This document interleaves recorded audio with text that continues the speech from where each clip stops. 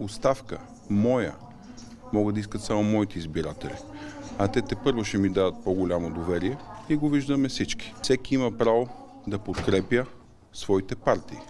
Както те имат избиратели, ние имаме избиратели. Омраза ги съветвам да не сеят.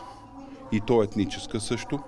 Омраза към ДПС. Показваха по екраните мои братя турци, мои братя помаци, мои братя роми. Това няма да им го позволя. Аз като техен лидер. Ако сеят омраза, ще пожънат омраза. Предупреждавам ги да не делят хората. Ако си представляват средната класа и олигарсите, милиардерите, Прокопиев, Бобокови и всякаква друга измет, като тези олигарси, които грабват България. Вие видяхте ли едно предложение в техните предложения? Какво предлагат те?